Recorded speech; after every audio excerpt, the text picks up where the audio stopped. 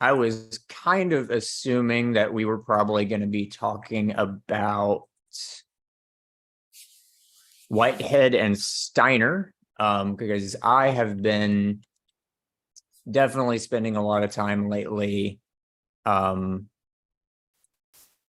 really trying to just weave together um, these ideas in Whitehead and Rupert Sheldrake's work and Steiner. And yeah, the main thing, of course, that I've been focusing on is this idea of hybrid prehension, because that it to me it really seems like that's kind of the doorway from um, Whitehead's ideas into this more esoteric realm that he was. I don't think he was reluctant to go there, but he was very conservative, very cautious about it, right? Like I think we see that in like when he talks about the possibility of an afterlife or the possibilities of um non-physical beings, non-physical entities. Right. I have heard from a doctoral student who I believe is at the Claremont School of Theology and was working with the Center for Process Studies when it was still under that umbrella. And he's very much into the parapsychology and the Psychical Research Society. Is that what it's called? Society for Psychical Research, something like that. And apparently, Whitehead, especially after his son Eric died in the First World War, he was shot down over France. Whitehead was very interested in trying to contact him from beyond the veil.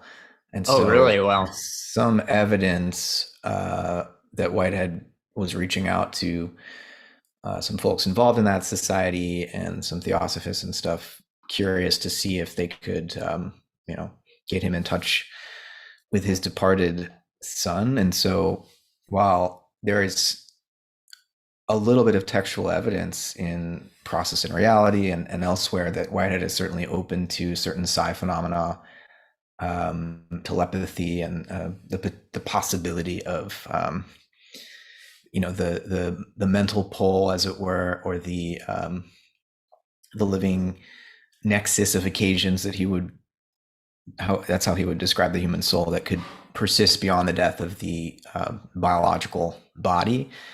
He seems open to that. He doesn't talk much about it, but his metaphysics allows for it. So there's at least a compatibility, I would say, between his process ontology and these more esoteric schools of thought.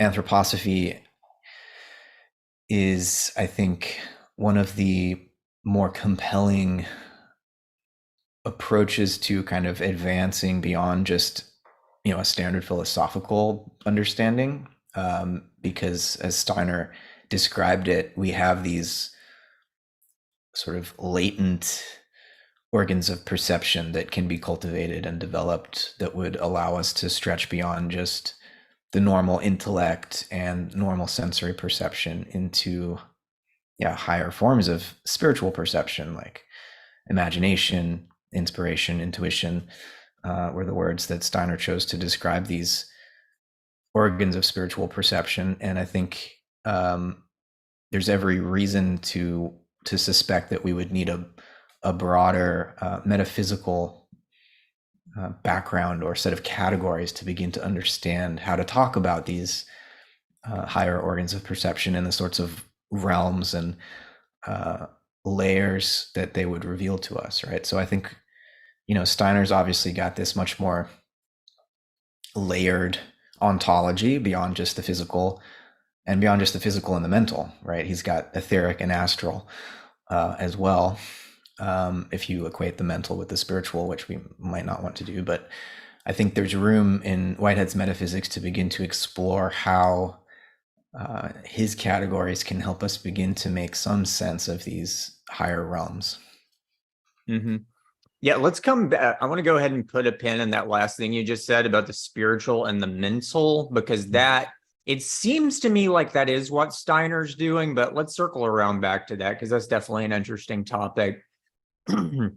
um, but yeah, from reading what Whitehead was saying about spiritual entities, what I gathered from what he wrote was that he was very much open to the idea, certainly, but within the system that he developed, he sees, of course, reality as necessarily process relational. And that means that for anything to really be real, it has to be co-participatory in well, the continual unfolding. And so anything that happens, anything that concretizes, concresses into the past, needs to then be able to contribute itself. And it looks like early on, like at the beginning of Process and Reality, he's thinking of physicality and inheritance as identical,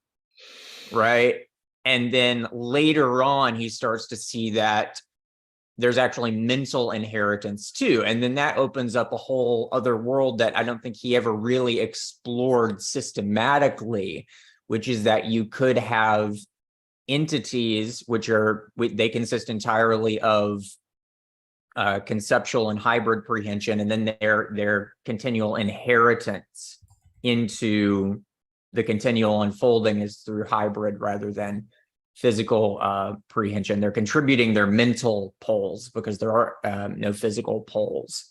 So anyway, that's a whole thing that I've been thinking about a lot lately. But yeah. Steiner, I've been really, I don't know. So like some kind of flame has been ignited for me and about Steiner lately, and it's exactly like what you were saying. He goes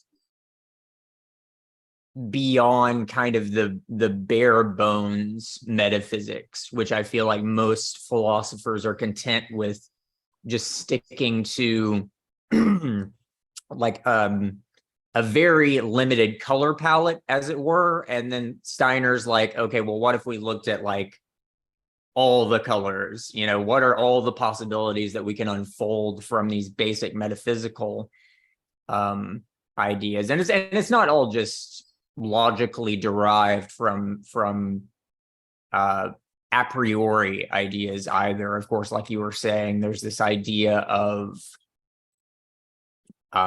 imaginal consciousness, intuition, higher consciousness.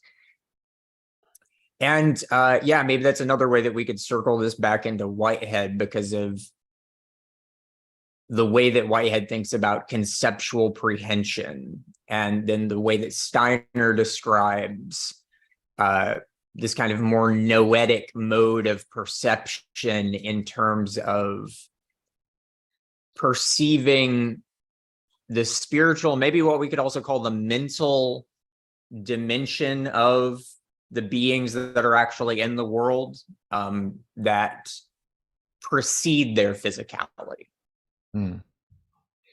Yeah, there's some interesting comments that Whitehead makes in regards to his category of the actual entity or actual occasion.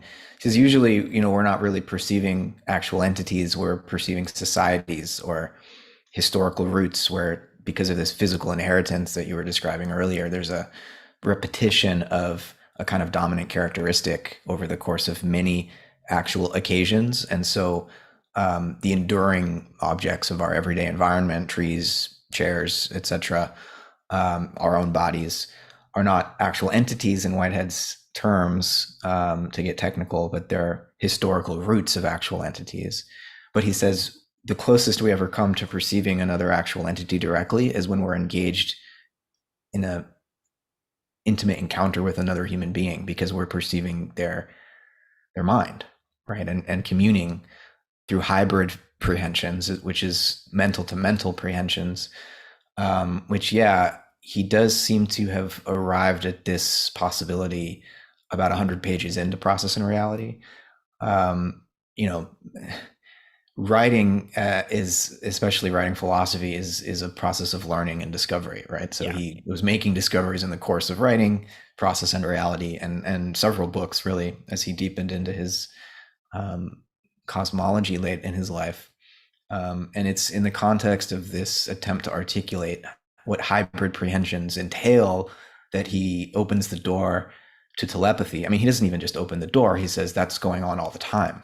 Yeah. We wouldn't really be able to communicate unless there was a mind meld going on at some level, at least at the level of sympathy, of a kind of emotional resonance, if not the direct exchange of verbalized thoughts. But, it raises all sorts of questions about the relationship between language and thought. I don't think they're easily separated, but they're also not identical. And so telepathy, usually we think it means reading each other's thoughts. Like I could say in sentence form exactly what you're thinking right now. And, sometimes I think in sentences, but other times it's this like vague sort of half image, half emotion, sort of nebulous cloud of just a conceptual jumble that then when I try to utter it, put it into English, say, it takes on a more propositional, logically refined form. But yeah, for Whitehead, through this hybrid prehension, telepathy is just, it's not parapsychological, it's just normal normal psychology. Yeah. Yeah. So the way that we perceive other human beings, and I think we could extend this further as well to beyond just other human beings, but how we perceive nature in general.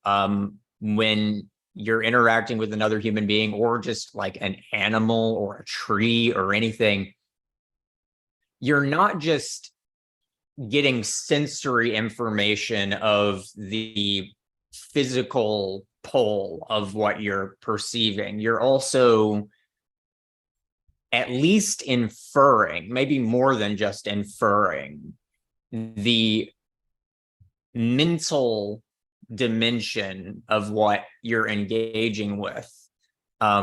Which, yeah, I think that's really kind of necessary in order to perceive other organisms as organisms, because they're never just individual moments. It's you've got this structure which produces those individual moments, which can then be perceived through physical sensation, and then also hybrid.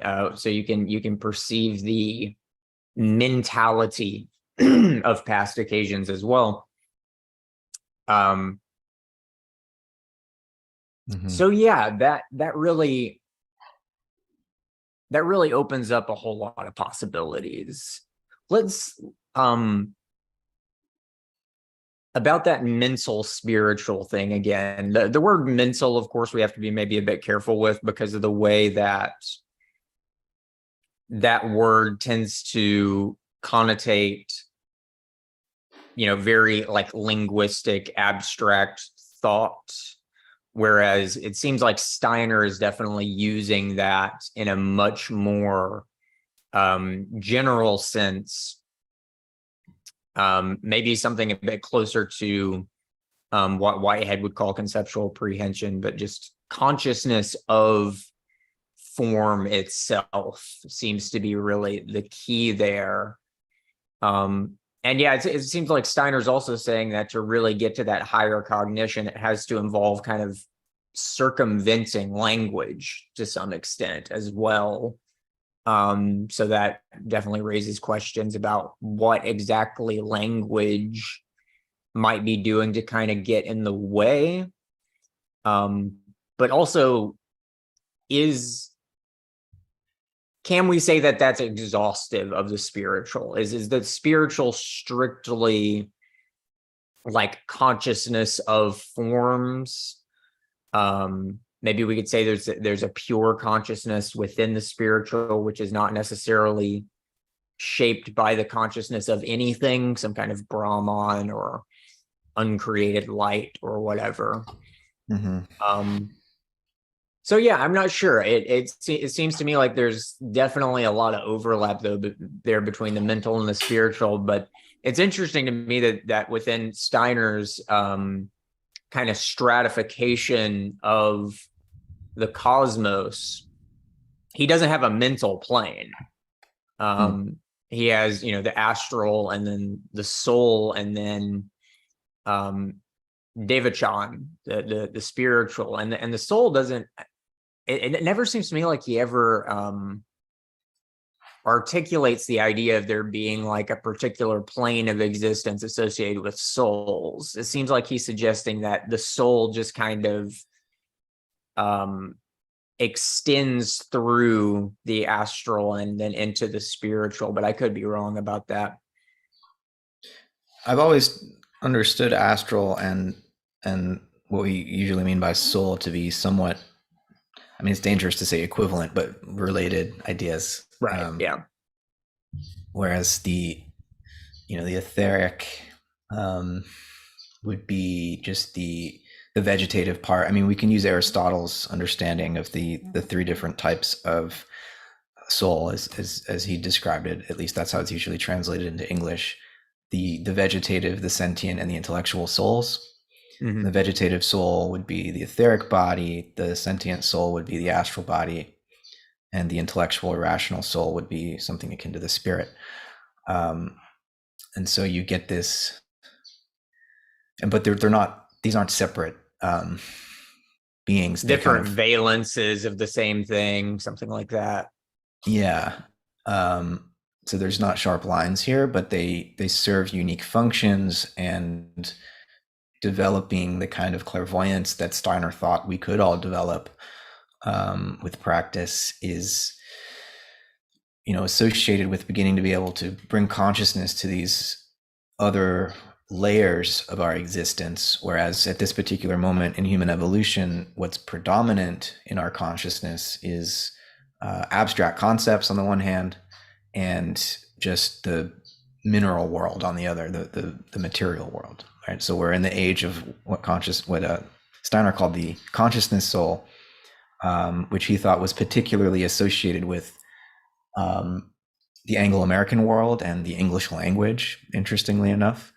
That there's something about the English language that emphasizes this kind of, on the one hand, a kind of dualism between spirit and matter, and also a very pragmatic-minded way of engaging with the world that fosters a kind of mercantilism and economic focus and so on, all the stuff associated with the Anglo-American sphere in the last several hundred years, right? And so the average person born into this context tends to naturally have the ability to think in abstract concepts and to perceive quite clearly and distinctly this physical world, but we don't have this intermediate connection to the etheric and the astral, which is part of what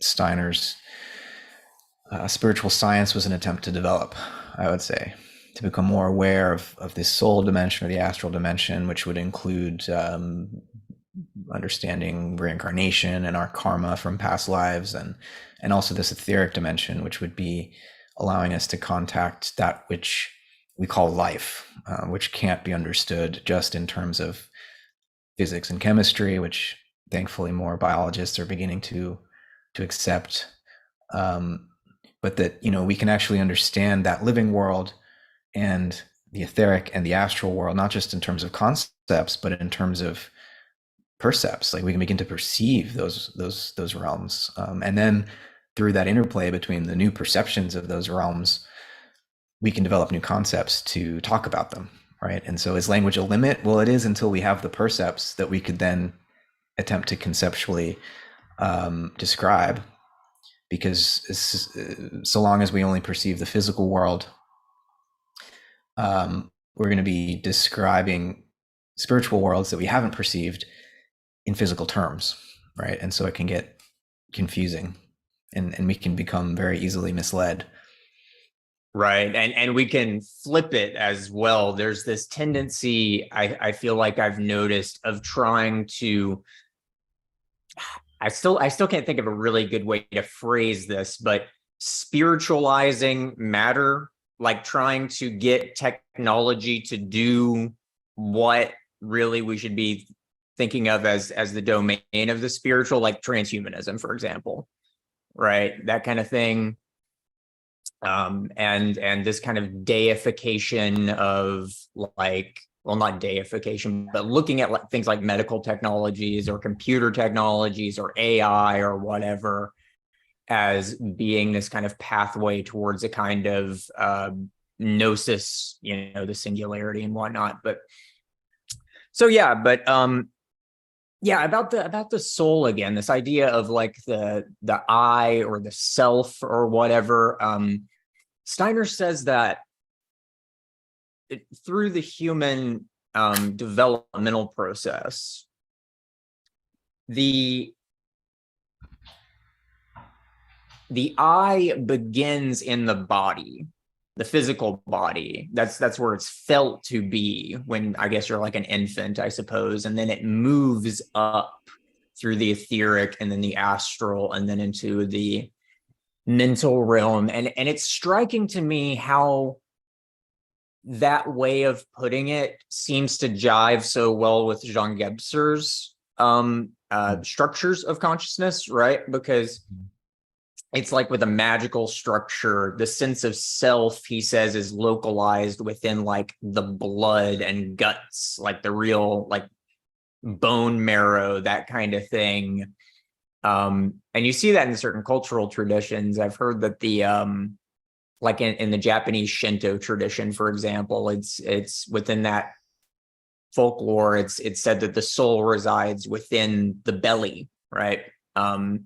And then as you move up into the mental, we start to think of it as being the breath. So it's in the lungs or it's in the blood and the heart. Mm-hmm. And now we're kind of at a stage where it feels like we feel like we're behind our eyeballs, right? Like we've moved up into our mental realm. Instead of seeing that as something we do, we feel like it's something we are.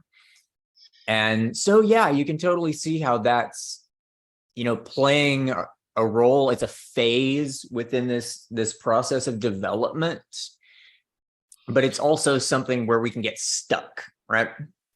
Yeah, it's very important what you're bringing up. It's in John Gebser's Ever-Present Origin, the connections he draws between bodily anatomy and the different structures helps us remember that these spiritual thinkers are not asserting any kind of dualism between spirit and matter. That apparent dualism is a function, Steiner would say, and I think Gebser would agree, of a particular phase of evolution, the evolution of consciousness. And so in Gebser's terms, the deficient rational, or in Steiner's terms, as I said, the age of the consciousness soul, which began around 1500 and goes for many centuries hence, is typified by this kind of a mind matter or spirit matter dualism, but that spiritual practice for both of them would involve coming to see the ways in which our I and our spirit is not at all separate from our bodies, but in fact, the future course of evolution, I think in Steiner's terms, involves the perpetual spiritualization of the physical form. And actually our physical bodies right now are the most evolved part of us in a way, because they date all the way back from what Steiner calls the Saturn phase of evolution. Mm-hmm. And so what's physical in us has been, maturing and developing for far longer than the other aspects of our makeup. And so right. When you're thinking in this way, in terms of a spiritual view of the cosmos, many things at least become inverted from what your expectations would be. Yeah. There's a kind of inverted logic to the relationship between the spiritual world and the physical world, so that like when we talk about the angelic hierarchies, there are these different levels that correspond to the levels of the visible world of minerals, plants, and animals. But it's a kind of inverted relationship, so that the highest beings of the angelic hierarchies are involved in the ongoing creation of what seems to be the lowest part of this world, right? The mineral world, in other words. And so not only does this kind of short circuit a simple dualism that people might come to Steiner's work, for example, and feel like they detect everywhere, but it also breaks down any linear sense of hierarchy. There definitely is hierarchy, but it's not what you would think if you immediately translate that into contemporary political terms or something, right? The lowest and the highest correspond in this spiritual way of understanding hierarchy. Right, absolutely. Yeah, and that's something we could bring that around into like thinking about Christianity and the significance of that, where there's you have something similar there, where there's this kind of looping back around of the lowest and the highest, the meek shall inherit the earth and all that. But did you call it the meat shell, or did I mishear you? That's a funny word for the meat. Oh, meek. Meek. Oh, yeah. The meek shell. Yeah. Okay, sorry. I heard meat shell, and I thought you were describing the body. It's like, oh, okay. No, I mean, maybe that too, but no. What was I going to say? The dualism thing, right? So, this is something I've been seeing at play in Gebser, this kind of like latent Hegelianism within Gebser's thought. Well, I shouldn't even call it latent. It's like he's elaborating on Hegel, this idea of the dialectic and how that really begins and takes shape. So within the mythical structure is polarity, right? And there's got to be a complementarity there to that polarity. But then as the mythical structure becomes deficient, you get this kind of master-slave thing, right? Where one pole is dominant over the other and they start to cancel each other out, but they're still codependent on one another. And that's how you get the negation, the contradiction, which is the fundamental mode of relationality of the mental structure. So you can see how the mental grows out of the deficiency of the mythical. And within the efficient mental structure, you still have the mythical at play. It can still come through, but it comes through in the mode of paradox, right? And so when we're thinking about something like these different like core signifiers, like maybe think of how Spangler thinks of these things. Like you've got like what does he call it? Like not an or phenomenon, but an or symbol, an or myth, an or motif within a given way of thinking about the world, a given life world.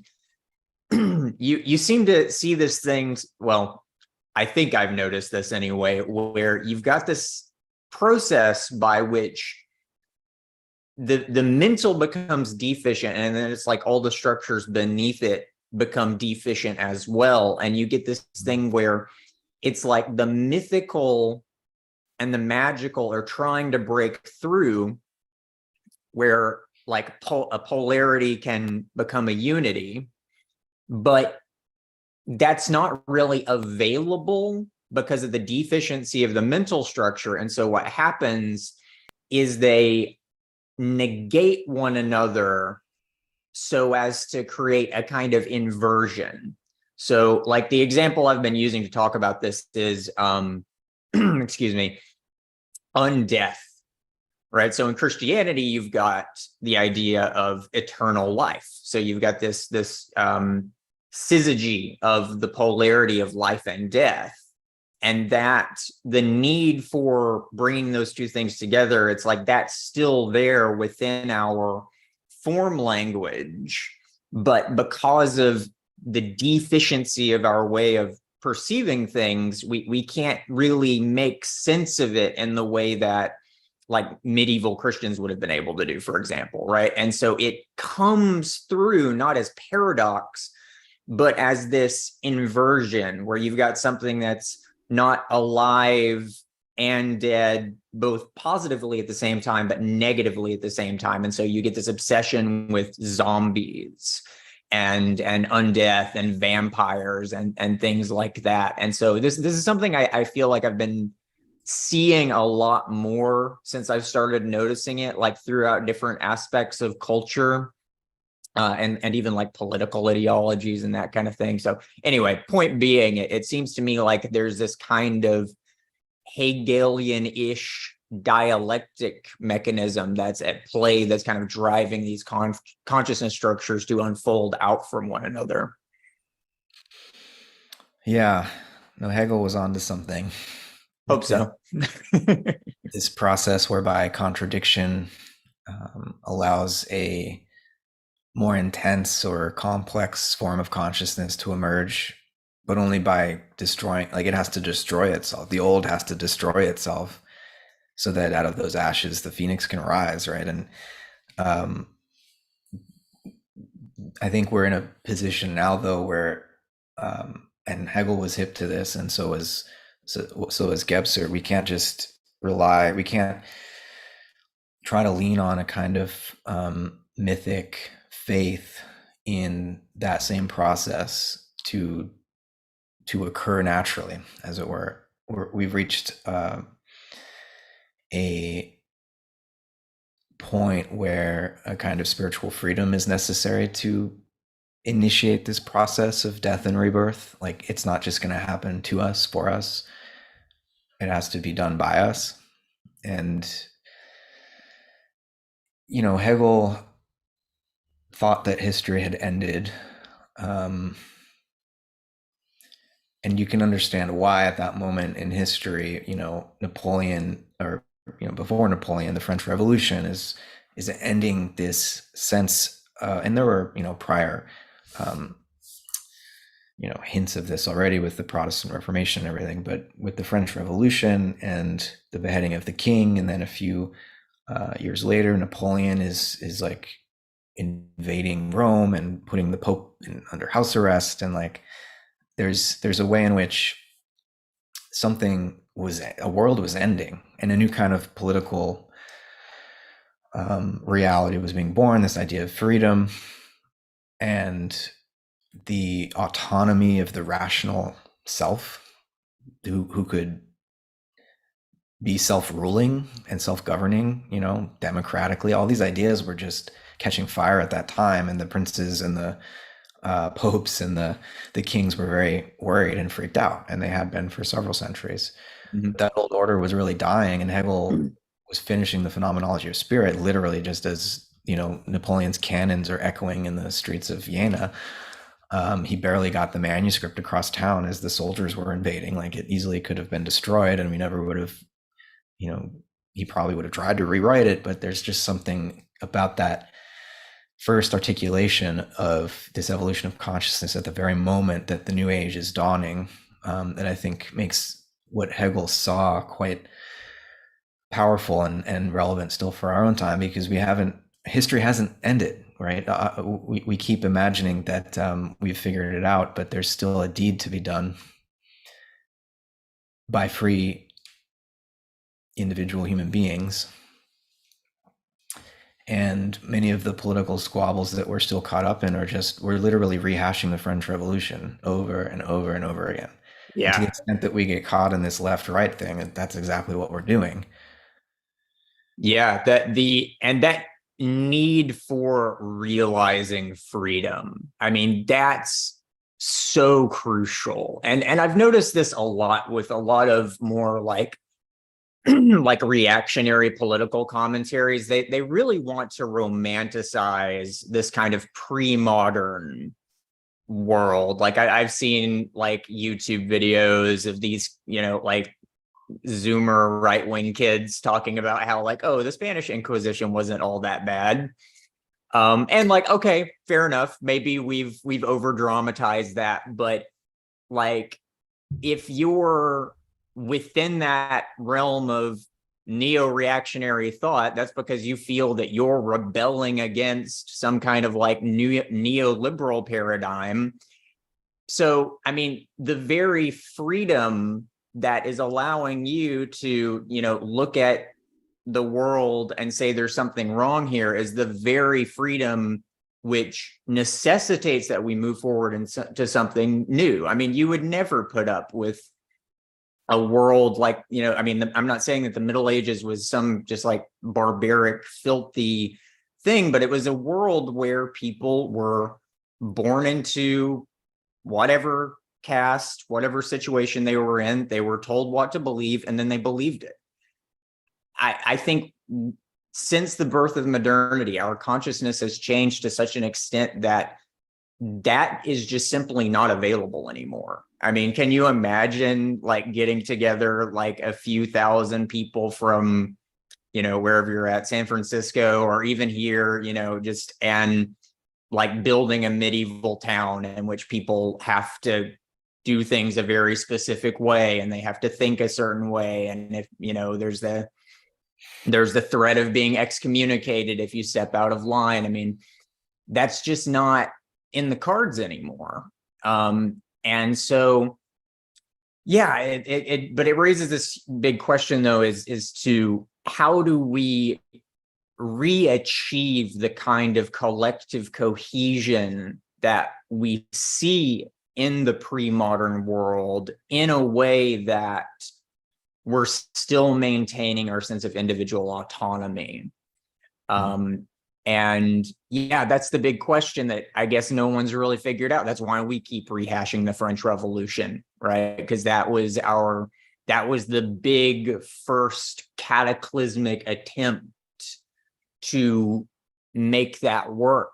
And ultimately it didn't. It degenerated into a reenactment of the Roman Empire, which is really ironic. This kind of goes back to what I was saying about things kind of inverting themselves, right? Because that whole impetus for the French Revolution was a very Christian impetus. It was this idea that ordinary people are really what matters, that the oppression of ordinary people by the social hierarchy is this great evil that must be overcome.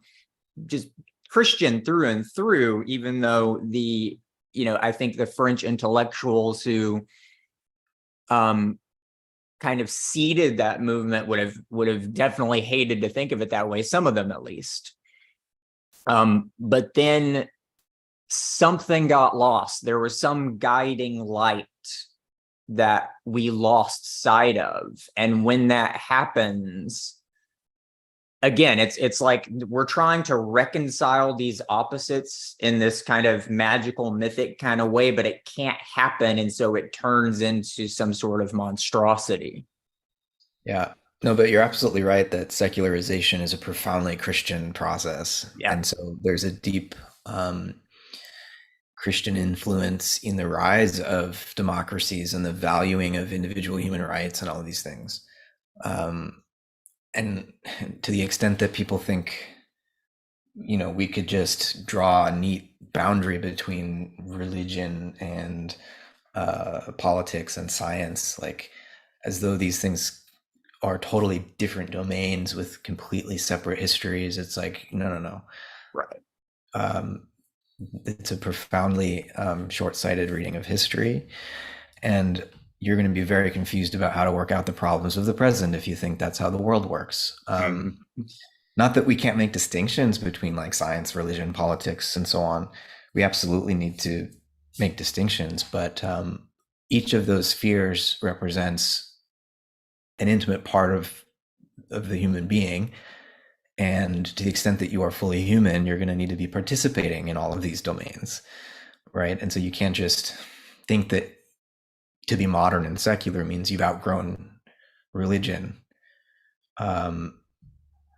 If you believe that, you're just reenacting the religious dramas of the past unconsciously. You're still, I mean, atheists are still in this battle with the divine father, or they just really want to run away from home and hate their father instead of, loving the father. It's just, but it's still a reaction to the father god.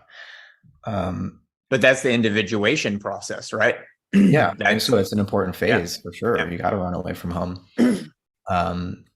because the son becomes the father, and or becomes the father isn't the father until the son is the son, and the son is not separate from the father in the sense that I'm trying to describe the Trinity, and it's not gonna work. It's a deep mystery, but I see what you're going for. Yeah.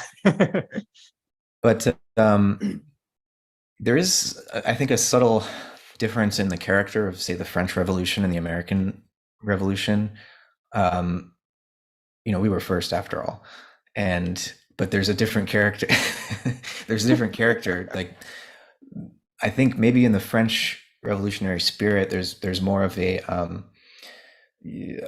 somewhat more communal ethos in a sense of the common person, as you were saying, and that's part of the American revolutionary ethos too. But it's also a much more market-based type of freedom, like freedom to own property at that time, including other human beings, and freedom to expand west and to take the state of nature, and by applying your labor and capital to it, to transform it into something valuable. And that kind of freedom, I think, was more prototypically American. So you get this, but it's still connected to Christianity, right? It's this sense of the Protestant work ethic, and that, like, if you become wealthy, it's a kind of divine grace, right? And so it's a heavenly sign, that is sort of blessing this capitalistic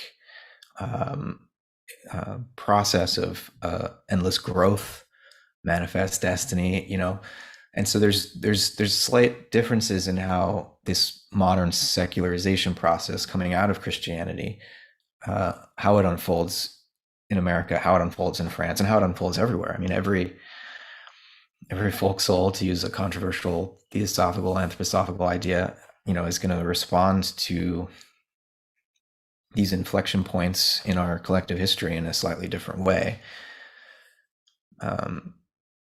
But and it becomes so complicated to try to understand this, because obviously I'm an American trying to recollect history and talk about, well, what is the French folk soul like, and what is what is everybody else like, and I can only do so from my American perspective. So we really need to convene larger collective planetary conversations about how to inherit our history. Like, no one person, no one historian, no one country can tell the history of the whole of humanity. And Steiner saw this very clearly. And so that's also part of our individuation as free beings, it doesn't mean we're not still learning from one another, and that we don't need a deep communion, a hybrid prehension of other free spirits, and this is part of Hegel's brilliant phenomenology of spirit as well, right? This sense of mutual recognition that's required. The reason that the master-slave dynamic doesn't work is because while in the original struggle for existence, the master seems to win superiority over the slave, but as that imbalanced situation unfolds, the master grows stupid and slothful, basically, because the master doesn't have to work with his hands, he doesn't have to even feed himself, he just becomes an idiot. And meanwhile, the slave has been perfecting their technical skill and understands the injustice of this moral situation, and so the whole thing flips, right? The lowest becomes the highest. And really, for Hegel, that master-slave dialectic ends up being internalized instead of being met in others and externalized onto society. The master-slave becomes this inner struggle of unhappy consciousness, where we think there's this invisible God that's the master, and we're just the lowly creature. And then we have to overcome that inner master-slave dialectic again. But the point here all along the way is that there's a doubling of consciousness. I mean, consciousness means already knowing with. And so to become free individuals, we really need to be recognized as such by other free individuals. It's not possible to do it by ourselves in a way. Yeah, it's not this possible. Another one of those paradoxes, right?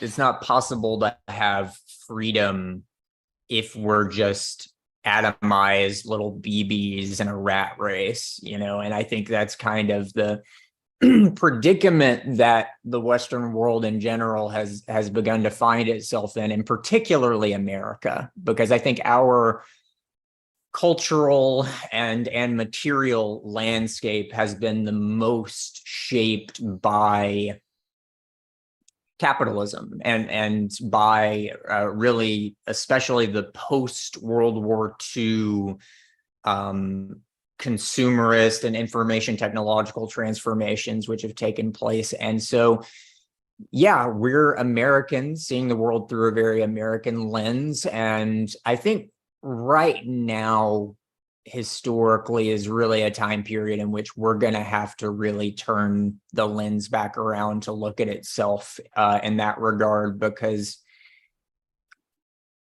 I think that the idea of America is in the process of being kind of reworked right now. And it's, that's the kind of thing that could result in absolute catastrophe, but maybe it doesn't necessarily have to.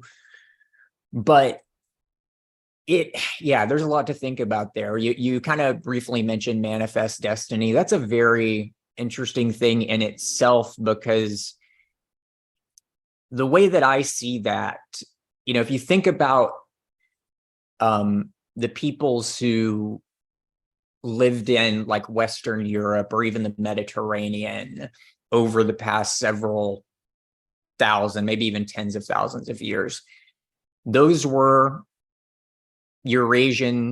Asiatic peoples originally, most of them, who, for whatever reason, migrated westward and settled those areas. And so for all the different peoples of that region of the earth, there's a commonality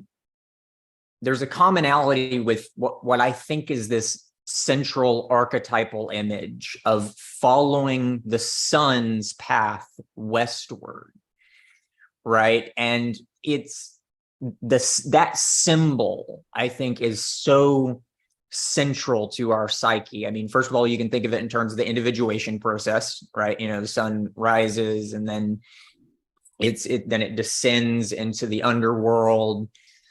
You could also think of the sun and sun sun with like the Christianity thing.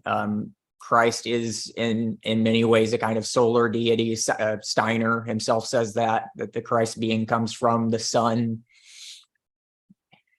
And yeah, it seems like there's this impetus implied by that kind of primordial image within our psyche, which then drove manifest destiny. But then we got to California, and then we ran out of places to conquer. So it's like, now what?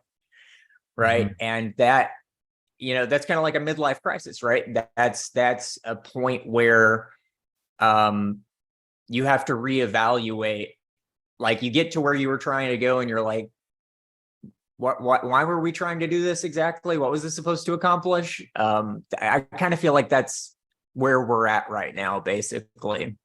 Yeah. Well, I mean, I can't help but think of Pierre Teilhard de Chardin here, and his sense of the spherical nature of the earth functioning as a kind of compression tank for human beings who have this instinct to migrate to the horizon and discover something new. And you can only do so much of that on a spherical planet. And we ran into each other on the other side. And the whole of history has been this building up of the spiritual pressure of diverse forms of human beings encountering one another as they wander into the horizon. And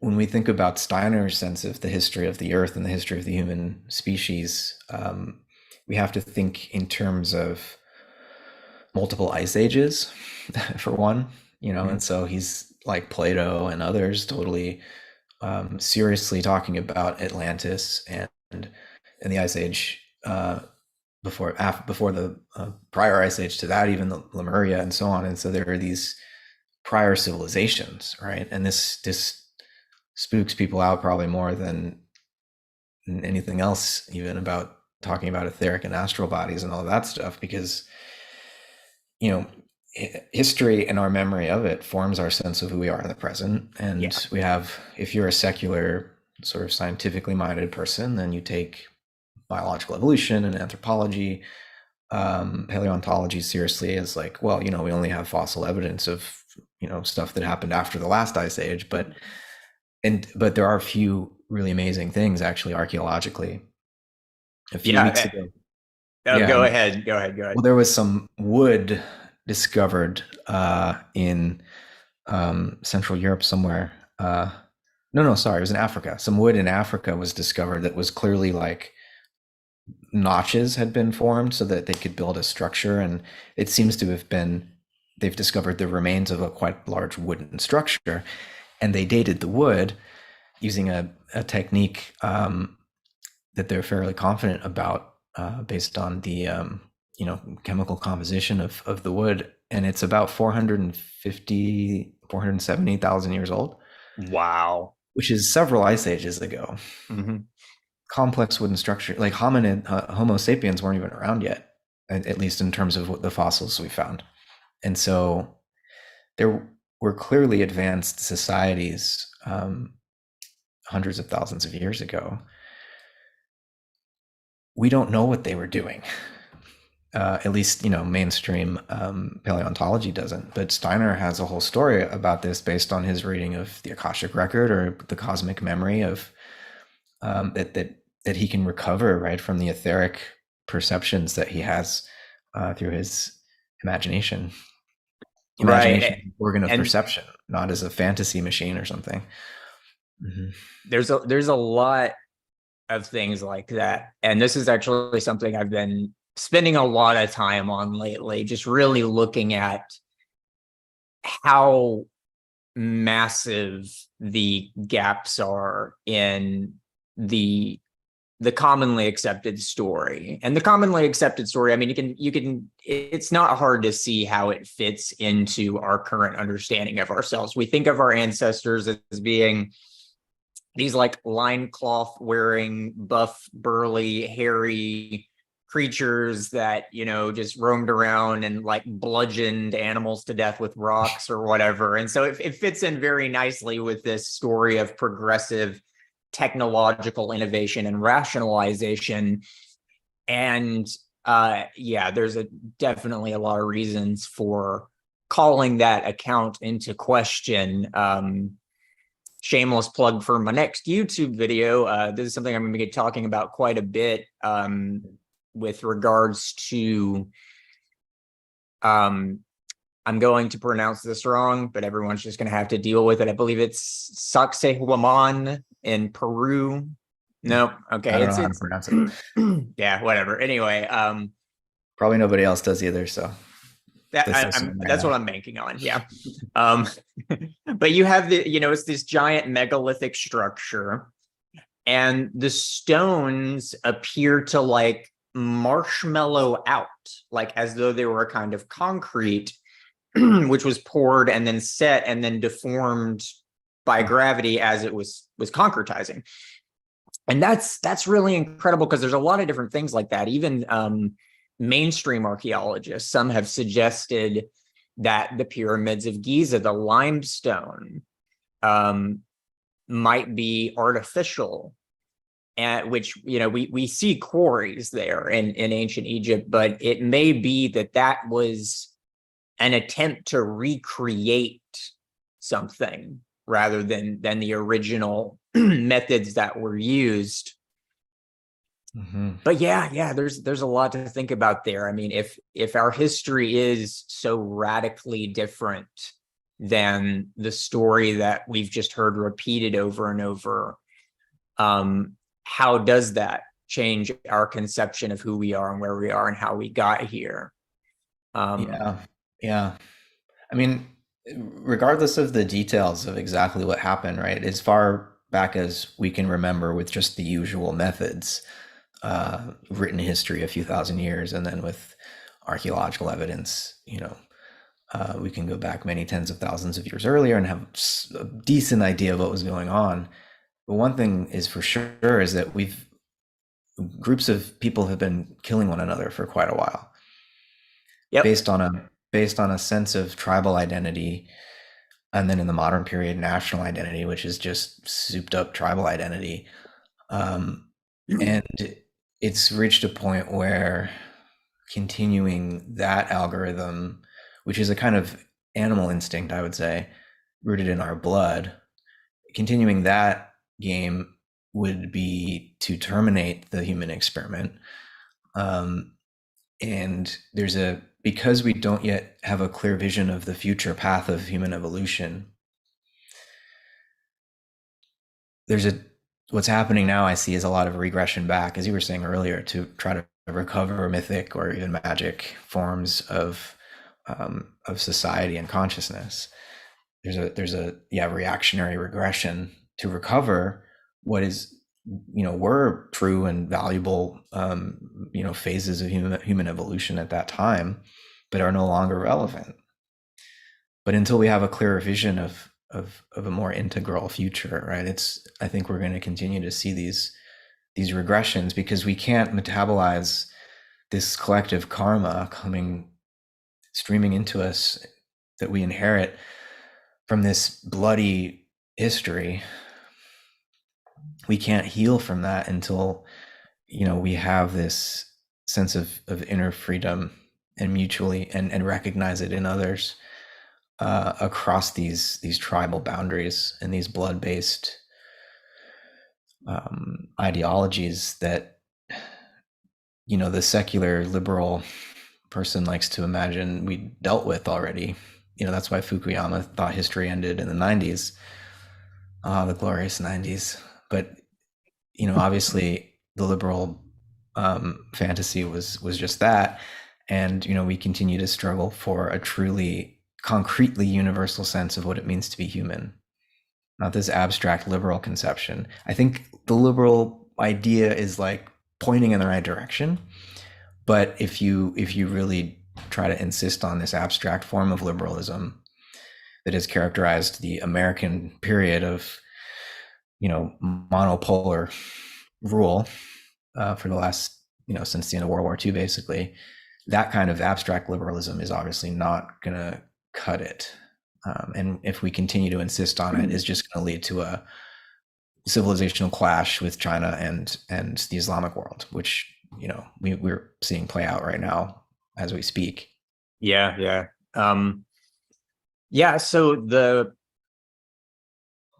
one thing I think we are seeing, though, with the kind of like neo-reactionary Zoomer movement that's currently blooming in the wake of Jordan Peterson, as I see it, is they're definitely, I think we're both kind of touching upon this idea that they're romanticizing a return to a past which is just simply no longer available. But there is this sense in that, this kind of realization that our culture forms and our religious practices and things like that, our art even, these things aren't just to use the Marxist terms, it's not just a superstructure on top of a material base.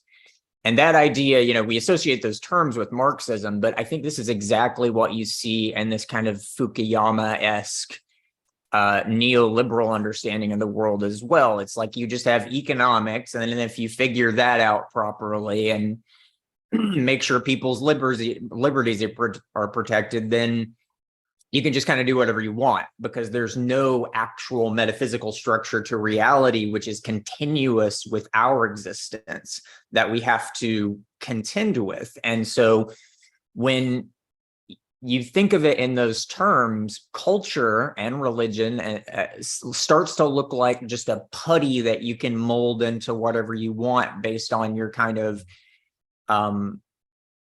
whatever kind of rationality you're operating within, right? We saw this in Mao's Cultural Revolution. he really saw Chinese culture as this backwards obstacle to what he was trying to achieve. And his response was, okay, we'll just tear it all down and start from scratch. No biggie, right? And, of course, that was an enormous catastrophe.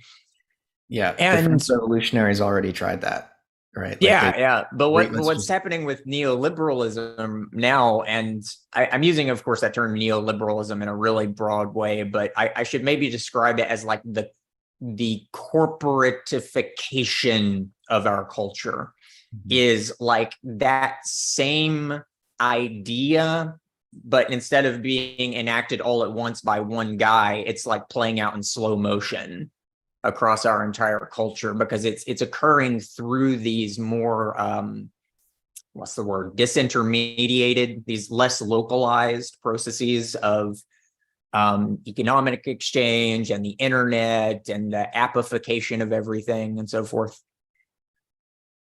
Yeah, I mean, I would almost maybe commodification of culture Yeah. would be the more precise term, only because I think the corporation, when corporate charter law requires profit and doesn't actually require the corporation, there's no other fiduciary responsibility to shareholders but that. Then corporations become these algorithms of destruction, basically, that just siphon the life energy of the planet and the labor power of people to produce profit for an ever smaller minority of trillionaires. That form of corporation needs to be destroyed. It's a monstrous cancer. But corporate organization as such, I mean, that's just like, human beings do form associations. And so long as our values are broader than just profit, those kinds of associations can be valuable. And I mean, I don't think we have any other choices. We human beings, we are individuals in some sense that is, I think, unique in the universe, but we're also still organisms, and organisms associate with one another, and there's a collective intelligence that is only possible when we do associate with one another. The brain is a social organ. It doesn't really work when it's isolated from good-willed interactions with others. So we need corporations, I would say. It's just that we need to change their modus operandi and really reconfigure the legal structure by which they operate, so that they're serving human flourishing rather than the lining the pockets of shareholders. Like, you have to also consider other stakeholders, and there's language developing around this, and some neoliberals are trying to point in that direction, and by greening and socializing capitalism, right? Which used to, that, for Marx, that would be like, what the fuck are you talking about? But I think we need to, again, think beyond binaries, right? And understand you can't have libertarian socialism. You can have anarchist socialism. You can have a way of preserving individual liberty and these kinds of social values that think of economics as something we do together, cooperatively, associatively, through corporate relationships even, rather than a cutthroat competition. Right. And I feel like a big, probably the most central consideration there is how we think of money and how it's created, and the idea of money ownership, which, all this really goes back to John Locke, right? And his labor theory of property, and the way that capitalism has kind of elaborated on that in these different ways, to the point that we've gotten to this shareholder capitalism. But yeah, I mean, there's if you look at these problems with the kind of pathological nature of the corporate consumer economic system we currently inhabit, a lot traces back to the way that banks operate and their role in money creation. And so, I mean, obviously, there's a huge topic that gets us way out of philosophy and into other territories. So I don't want us to be dragged too far off course, but it's worth noting that considerations with regards to money and how it's created and what it does and how we think about it, that's not just something to be left to people with economics PhDs who are supposedly experts in that kind of thing, because there are metaphysical assumptions in the way that we think about money, and that those then play into the very real relationships of how money actually then comes to work, and then how that comes to shape our societies and our culture. Mm-hmm. Yeah, I mean, I don't know if you're familiar with Steiner's social thought and economic Little bit. theories. Social threefolding, he called it, and he has a lot of very interesting things to say about money in particular, and the way in which we really need to diversify the kinds of money that we use. Because right now we have one general purpose currency to use for everything: rent, food, investment. And he would say we need at least three kinds. The money that we use to buy food should, like food, decay, right? And so money should have a finite lifespan when you're using it to buy things that also have a finite lifespan. Right. But he also had these other conceptions of money, like in addition to the money we would use day to day to feed and clothe ourselves, like we have another kind of money to invest in enterprises that we think will help the community in the future. And we have yet another kind of money that's just gift money that would be part of the profits produced when we apply our intelligence to nature. We're inevitably going to produce surpluses, and the surplus profit, Steiner would say, is gift money that should be reinvested in cultural activities. I mean, some of it's going to be reinvested in the enterprise, but most of it should go to education, art, scientific research that's not just driven by a narrowly industrial application, but research that's just open inquiry because we're curious about the nature of the universe. There's very little of that kind of science going on. Most of the funding is from industry seeking to patent something that they can sell rather than to just discover new things. But these different kinds of money, Steiner thought, would help us sort of maintain the health of the social organism, because money is a means of communication, and we're using a very blunt instrument right now. And we're so confused about the metaphysics of money that we think that it's best to kind of hoard it. Like, think if money is language, if money is a means of communication, of value, right? To hoard words is kind of absurd. Like, if you can't share your words with anyone, then the purpose of language is defeated. I think the same is true of money. It's supposed to flow, but we've become so confused about its nature that, all of this accumulation is occurring instead of circulation.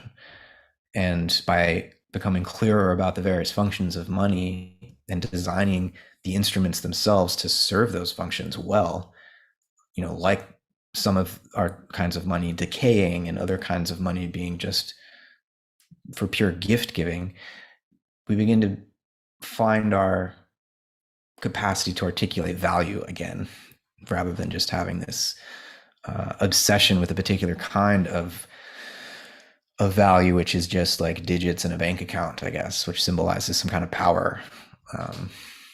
Yeah, I mean, can you imagine if like different organs of your body were trying to hoard all the blood? That wouldn't exactly work out very well. People like to say money is power, and it's true, but then there's a question that's supposed to come after that. Like, what kind of power are we talking about? Are we talking about creative power?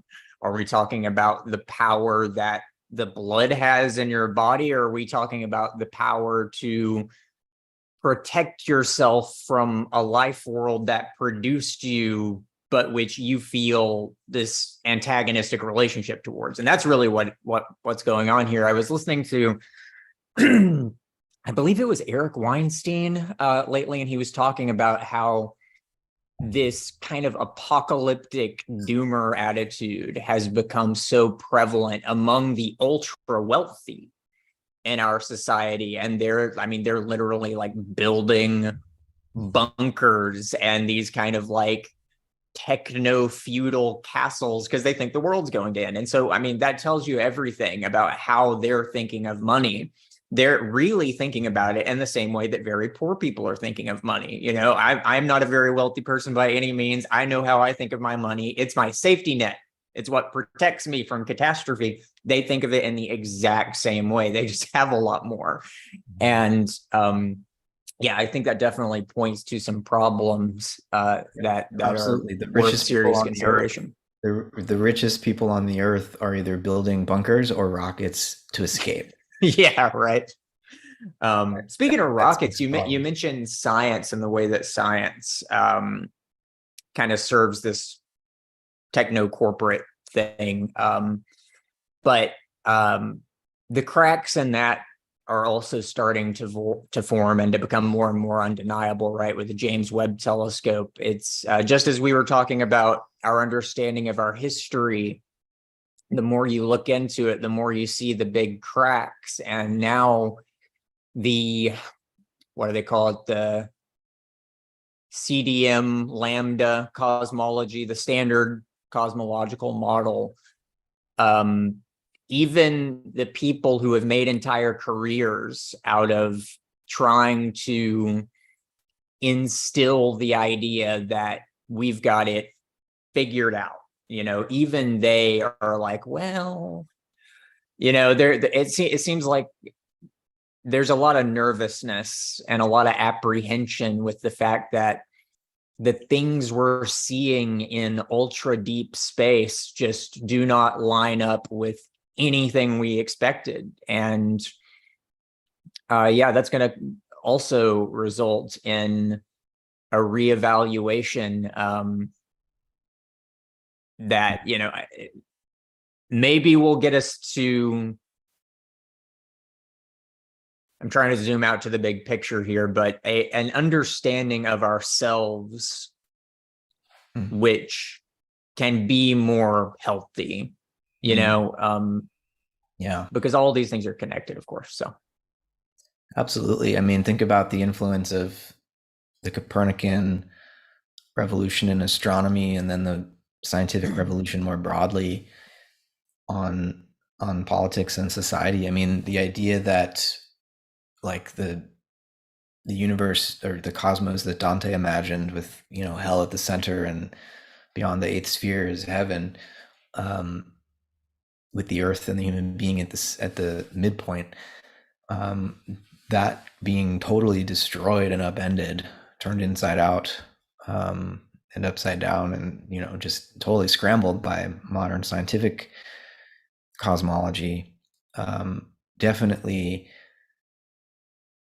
I think, empowered individuals in a way and allowed for this escape from a closed sense of social embeddedness and opened us into a vision of the future, which was very much like there for the taking, the universe.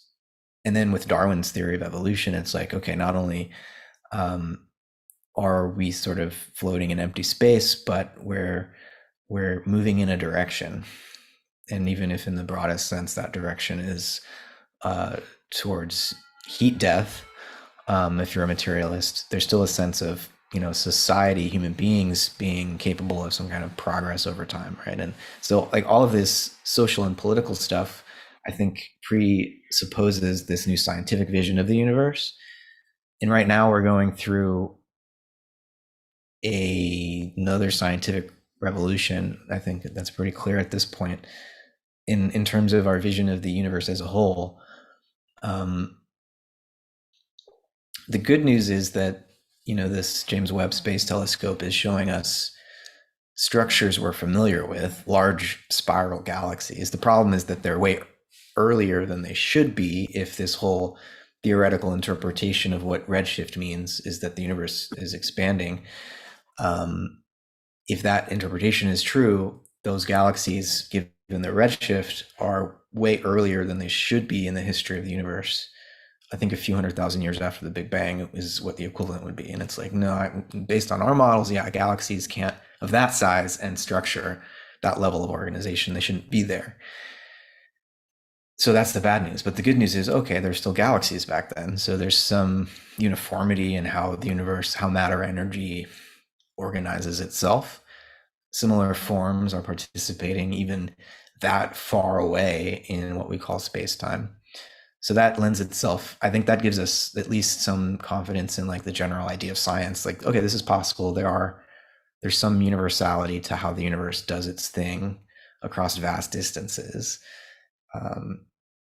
But the idea that the universe has this finite beginning in time, I don't think is going to hold up much longer.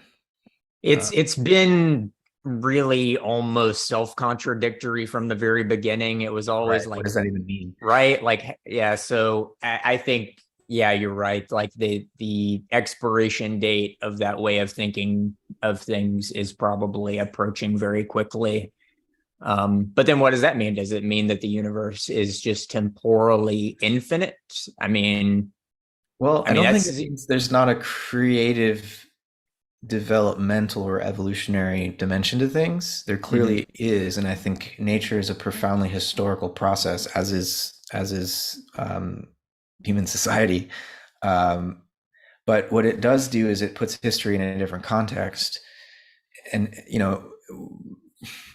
eternity and time are, I think, intersecting. I mean, what Gebser meant by the integral structure was, I mean, he called it time freedom, right? right. And so rather than thinking of, it's not atemporal, it's an increase in the intensity of time beyond what we would think of as the kind of thing a clock measures, and more like what Bergson meant by duration, more like what Whitehead meant by concrescence, right? The nature of time is such that eternity is intersecting with each moment. Eternity is able to imagine itself in motion. And that motion is not just an appearance. So what we perceive as historical beings as this process of perfection, of a teleological movement towards a goal, is real. It's not just Maya. It's not just that kind of creative time is not merely a dream. Something is happening even to God, and this is where the process theology that Whitehead ends up articulating becomes relevant. And it's very much like Steiner's view of God involved in the evolution of consciousness. And so whatever the divine eternal is, we can no longer imagine it as separate from the earthly process of evolution. This is a panentheism, or even a pangentheism, if you want to get Genesis in there to emphasize the creative aspect of how God and the world are inside of each other. And so, yeah, this vision of the universe as a kind of continuous creation doesn't, I think, put us back into the situation where the universe is a kind of static thing.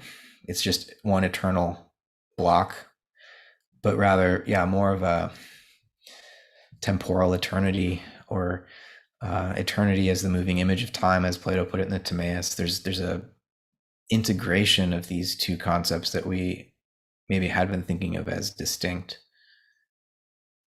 Yeah. Gebser, there's at one point he puts it like this. He says that in moving from mental to integral consciousness, we're no longer going to be thinking of time as a measurement, but rather as intensity.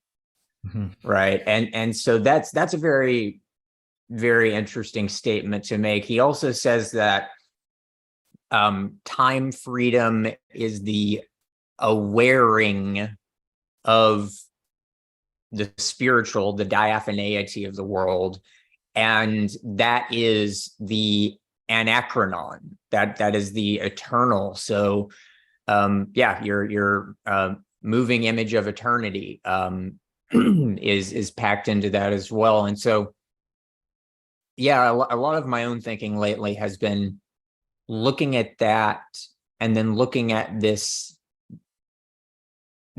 ideas of like hybrid prehension, telepathy, and morphic resonance, and Steiner's ideas of higher consciousness, and just trying to see, like, it seems pretty clear to me that all these are kind of converging on something. And yeah, what is that exactly? Like when you perceive another organism and you see not just that which you are sensing physically, but the spiritual within the physical that is giving rise to the physical. I can certainly understand how that is seeing something that is metatemporal, that transcends time to some extent. But again, it's like there's layers here that we kind of have to sort out. Like there's you can think of a human being as not just being a body, but being kind of like an aura, like a field of possible gestures and words and thoughts and all those things. And so but I wouldn't describe that as the anachronon. That's not completely atemporal. That's within time, but just in a more stretched out liquid sort of way than the physical. But it seems like Gebser's saying that to really perceive that as such, you have to see it as continuous with that which is truly atemporal, the anachronon. So how exactly does that work, right? And one idea I've came up with recently in thinking about this, I'm sure you're familiar with the idea of the Library of Babel, right? Mm-hmm. Yeah. And so, yeah, you've got this giant library and it's got every possible combination of words, and there's books. And so it's just, this place where you could theoretically find anything. Yeah. So if we think story. Yeah. Yeah, right. And so I've kind of come up with this thought experiment. I've been calling it the blockbuster of Babel, where it's like you've got videotapes, but it's like every possible combination of pixels for like a 2-hour VHS tape. And it's everything possible. So within the blockbuster of Babel is every possible moment of our lives, right? Like in VHS form anyway. I mean, we can imagine this as being more literal, that there's within the Platonic heaven, every moment is in a sense already there because everything is a complex possibility. And so, yeah, I haven't quite fully fleshed that idea out, but I think you can see what I'm getting at is trying to line up how the temporal is somehow a navigation of the atemporal, something like that. Mm-hmm. Mm-hmm. Yeah, I mean, this paradox is exactly what makes, Whitehead's process theology with these two poles of the divine so difficult to comprehend, but also kind of rapturous. I mean, just in the same way that the Trinity is this symbol that meditating upon it is, I think the whole point is to produce an ecstatic or mystical encounter with the very being or beings that one is attempting to describe. And what Whitehead's doing with his dipolar account of the divine nature is very similar to that, because he just sort of lapse into poetry or mythopoeia at the end of Process and Reality when he discusses this. But it's like, yeah, how do the eternal and the temporal coincide, and how do we imagine each moment now, not just as eternal in the way that, and I don't want to caricature, but like a kind of Advaita Vedanta sense of the non-dual, I think eradicates history, and a truly integral consciousness would not, I think, eradicate history by participating in the achronon or this time freedom, but rather yeah, fully inherit history and take that as real, but also have that vision of history inflected by the vision of the primordial vision of God, of what of the perfect possibility that history could become. And so we can simultaneously prehend the eternal perfection that is the mind of God, while we're also perceiving the pain of history and seeking reconciliation of the two. I mean, that's God's God has a relationship to the world, and that has consequences for God's experience. And the realization of this marriage between the eternal and the temporal is the salvation of the world. I mean, that is the redemption of suffering. That is the transfiguration. I mean, that's what we're here to do. And it's, Yeah, it's not an idea really, it's more of a deed, right? brilliant, brilliant. Yeah. I'm also thinking again of what you said about Chardin and the way that the sphericality necessitates us kind of meeting one another. And you mentioned Vedanta. In Gebser, Gebser mentions that he sees Zen, the kind of Satori consciousness, pure emptiness, as being a kind of proto-integral consciousness. And that's really interesting, right? Because if you think about Japan, they call it the land of the rising sun, whereas the American project is or what really I think the Western project in general is chasing the sun. So it's like on the one hand you have this obsessive fixation upon destiny, which we see in the West, and then this obsessive fixation upon returning to origin that we see in the East. And then what happens when you bring those two things together? I think that's exactly what Gebser is getting at. This idea that actually realizing the freedom, which has been kind of the great promise that the West has been chasing, requires us to loop back around and to be able to see the emptiness, the void or the abyss or whatever, the Satori, the Brahman, the indeterminacy, which is actually the conditions for the possibility of freedom. Mm-hmm. Yeah, I mean that's Steiner's vision too of the way that West and East will meet, and the importance of what each of these two cultures, these two modes of human being have been incubating in themselves as they have been sort of developing somewhat independently, but there's no escape from the future convergence between East and West again. And there's a violent way that can happen, and there's a more sort of deliberate, conscious way that can happen.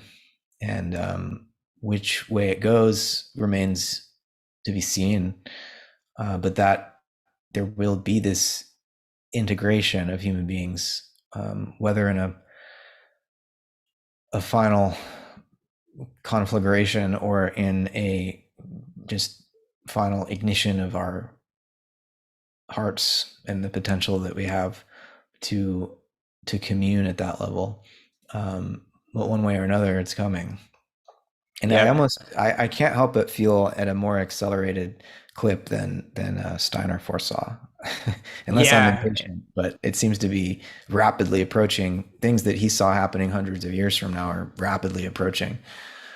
Yeah, he said, I believe that the Ahriman would incarnate around 3000 AD or something like that. And when I read that, I'm just like, it feels like it's happening right now, but but yeah, that coming together that we're talking about here, there's an impasse there though, right? Because there's the possibility of syzygy of actually unifying opposites, but then there's like I was saying before about eternal life and then undeath. There's the positive syzygy, and then there's the negative, which is the enantiodrome or antinomy or whatever you want to call that. And yeah, it's like that's the fork in the road that we're at, it seems. Yeah. No, that's the edge of Earth evolution. Yeah. I think I'm gonna have to sign off here in a minute, but before we do, I mean, this has been really enjoyable. We should do this more. Absolutely. But also, I just want to say, awesome work with Formscapes. What you've been able to create on that channel, I think is, I mean, obviously reaching a lot of people now, and you're using YouTube in the way it's supposed to be used, which is as a medium for consciousness evolution, right? And you're doing it, so I'm so thrilled to see. Hey man, you've been my number one inspiration for a long time now. Credit where the credit is actually due here. I mean, and of course, I love the stuff that you've been doing. Keep at it, and yeah, absolutely, we should totally try this again at some point. But love chatting with you. Yeah, you too. Yeah, we're walking parallel paths, so absolutely. Keep it going. All right, have a good one, man. Take care. You too.